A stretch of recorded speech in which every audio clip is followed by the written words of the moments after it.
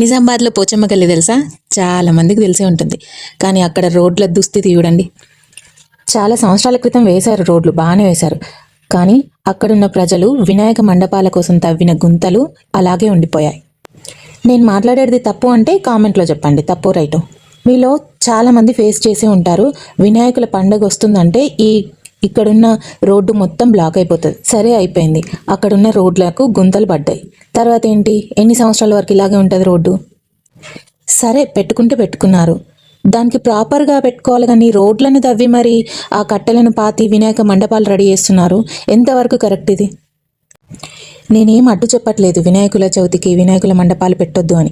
కానీ మన బాధ్యతగా మన వీధిలోని రోడ్లని, మన గల్లీలోని రోడ్లని మనం మంచిగా ఉంచుకోవాలి. 9 రోజుల వినాయకుల పండగల కోసం సంవత్సరాలు ఈ రోడ్డు ఇలాగే ఉంటుంది. వచ్చే సంవత్సరంకి మళ్ళీ ఉన్న గుంతలోనే మళ్ళీ మట్టి తవ్వి మళ్ళీ మండపాలు పెడతారు. ఈ రోడ్డు మొత్తం బ్లాక్.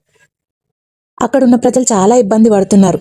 రోడ్డు నుంచి వాహనాలు వెళ్ళే దారిలో ట్రాఫిక్ జామ్ కూడా అవుతుంది. సరే మరి ఇది పై అధికారుల దృష్టికి కూడా తీసుకెళ్ళాలి కదా. ఎవరు బాధ్యత తీసుకుంటారు చెప్పండి ఆ గల్లీ గురించి? ఆ గల్లీ ఒక్కటే కాదు, మీరు ఏ గల్లీకి వెళ్ళినా కూడా అక్కడున్న రోడ్ల పరిస్థితి ఇదే ఉంది. ఈ వీడియో పై అధికారుల దృష్టికి వెళ్తుందని భావిస్తున్నాను.